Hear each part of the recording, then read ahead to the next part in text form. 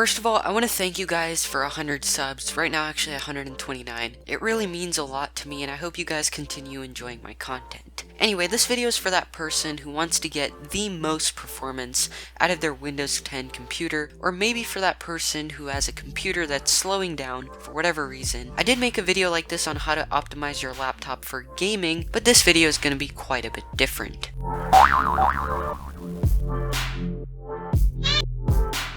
So these settings to change aren't going to be in the Windows registry or anything. Instead, it's just going to be clicking a few buttons. So the first tip I have is to download RAM. No, I'm just kidding.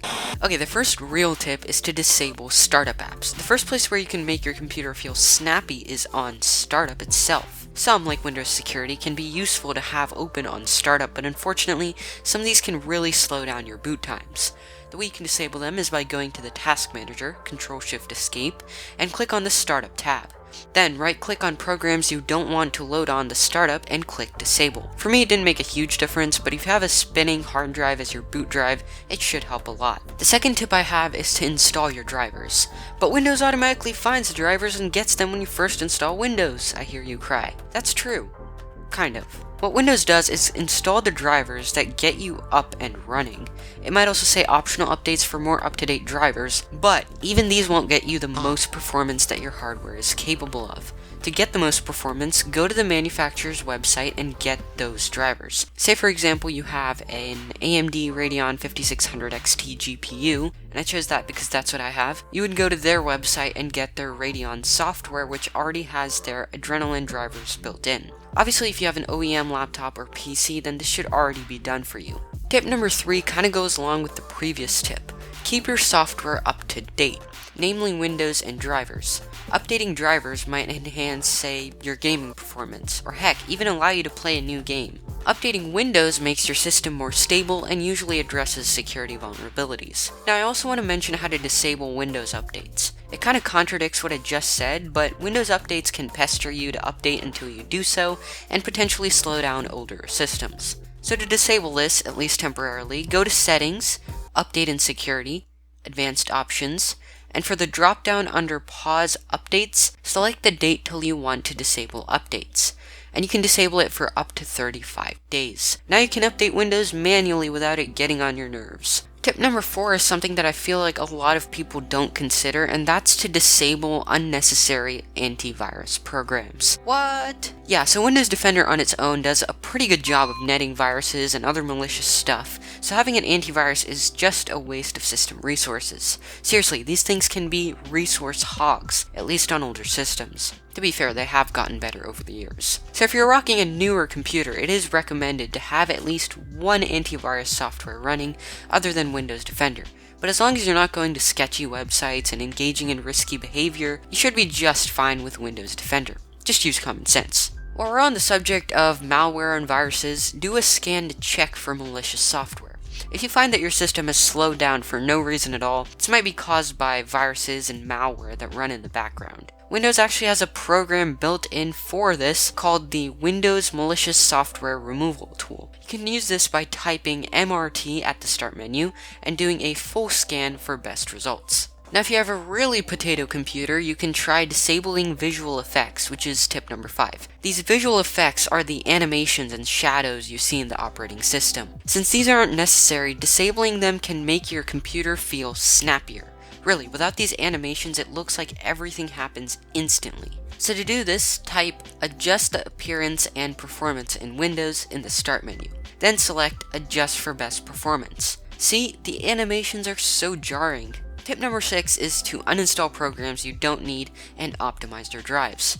To uninstall apps, just go to Apps and Features and uninstall them there. Cleaning out unnecessary programs can actually reduce the chances of file fragmentation. File fragmentation is basically when a file is broken up and put on separate parts of the hard drive, which can seriously lower performance. And yes, this only applies to hard drives. To defragment and optimize your hard drive, you can go to the Start menu and type in defragment, and this should pop up. Defragment and optimize drives. Then you can just click Optimize.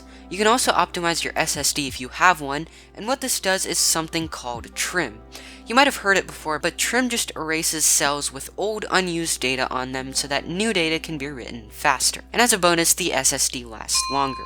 You don't have to worry about trim since Windows periodically does it for you. Tip number 7 is really a time-saving measure, and that's to open File Explorer to this PC. If you're like me, opening File Explorer to quick access is just annoying since you have to go to this PC anyway. I know, really terrible problem, right? To do this, go to File Explorer, View, Options, and in the drop-down select this PC.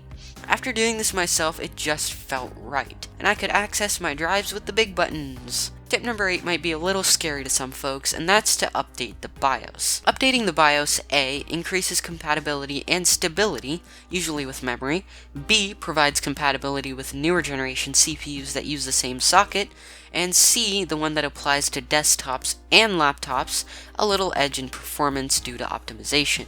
Updating the BIOS for a laptop isn't that bad. Just go to the OEM's website, download the latest BIOS, and follow the instructions to update it. Although make sure you have at least 50% of your battery and you're plugged into power, because if the laptop loses power during a BIOS update, it could brick your system. You can see how this is a problem for a desktop. And since it's a little more complicated for a desktop, I strongly suggest that you read the manual that came with your pre-built or motherboard before updating it. But I know how annoying that can be, so here it is in a nutshell. First, go to the OEM's website, or if you built it yourself, go to the motherboard manufacturer's website, download the latest BIOS, extract it if you have to, and find the file usually labeled with the chipset like B450, followed by a bunch of numbers, and move that to a flash drive and do not put it in a folder. Then eject the drive, shut down your computer, and stick it in the appropriate USB port on your motherboard. This port will be labeled as something like Flash BIOS, or it'll be in a different color. Then turn on your computer and mash delete, or F2, or F10, or F12, depending on your motherboard to enter the BIOS. Every motherboard is different, some have a Flash BIOS button, some don't, so at this point you will have to consult a manual of some sort.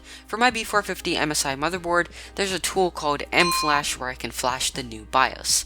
It's very strongly recommended that you plug your PC into a UPS while flashing a new BIOS because, as I said, if the power goes out or you trip over the power cable, RIP your hardware. Tip number 9 is to overclock your CPU and GPU and set your RAM profile. It should be noted that some laptops do not allow you to overclock anything, and I don't recommend overclocking laptops anyway since they don't have as much cooling as desktops. It's also worth noting that overclocking will void your warranty, but that's not something I really care about.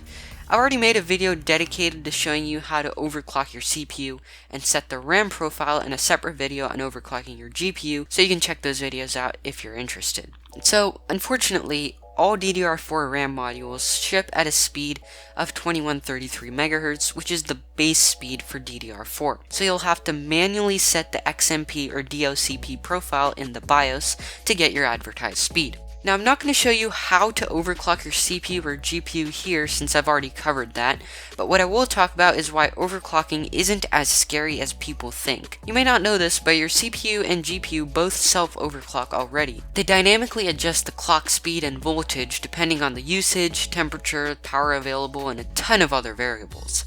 All you're doing while overclocking is pushing those clocks a little higher and maybe bumping up the voltage and power limit for GPUs. But what if I set the CPU voltage too high and it won't boot into Windows, I hear you cry. In that case, just remove the CMOS battery from your motherboard, wait 30 seconds, and put it back in. This clears all the changes you've made to the BIOS, including the unstable overclock. You cannot do the same for GPUs, but you can do something, obviously. Say you used MSI Afterburner to overclock your GPU. You have to apply overclock on startup on, which I don't recommend doing, and you set a voltage offset of like plus 300 millivolts on accident or something like that. Your computer crashes and you won't boot into Windows. This is a very specific and unfortunate case, but after crashing 3 times, Windows will be smart and it'll boot you into safe mode. From there you can uninstall MSI Afterburner, or if you had a profile set, delete that. So there are no risks involved, but you're still responsible for voiding your warranty. But if you somehow manage to break it, which shouldn't be possible as long as you know how to get it back to normal, then that's on you. And finally, tip number 10 is to scan for corrupted files. You may not even know that you have corrupted files, but they can get worse and more consistent as time passes, and possibly slow down your system. So it's good to run System File Checker, which is built into Windows every so often. To do this, first go to the command prompt by typing CMD in the start menu. Then type in sfc space /scannow. Now to look for any corrupted files and attempt to fix them. There are so many errors that could pop up if it fails to fix a corrupted file that I can't cover them all, unfortunately. But you could try running this DISM command, which I have in the description, which might fix a file that would allow SFC to fix another corrupted file. So those are the 10 tips, but I also included 2 bonus tips that are a little more extreme. Bonus tip number 1 is to upgrade to an SSD and upgrade the RAM. So yeah, this isn't free, but there's nothing that will make your system faster than upgrading from a slow, spinning hard drive to an SSD. This is very easy to do for a desktop, but quite a bit tougher for a laptop. Lucky for you, or maybe not, I made a video on upgrading the SSD and the RAM of a laptop. But keep in mind that upgrading the RAM is nowhere near as important as upgrading to an SSD. My last suggestion is just to reformat your drives and reinstall Windows, or install a lighter OS like a distro of Linux, which can even run off a flash drive if you so choose. For example, Ubuntu, or if your hardware is really dated, then something even lighter, like Lubuntu. Not kidding, the last is actually an official flavor of Ubuntu. Because Linux distros are so lightweight, they can renew your outdated hardware and give it a purpose once again. Anyway guys, thanks for watching. If you hated this video, hit that dislike button, but if you enjoyed it, hit that like button to let the algorithm know, and subscribe for tech content like this. Also, share this with anyone who has an old computer and who you think could benefit from this, but other than that, I will see you in the next video.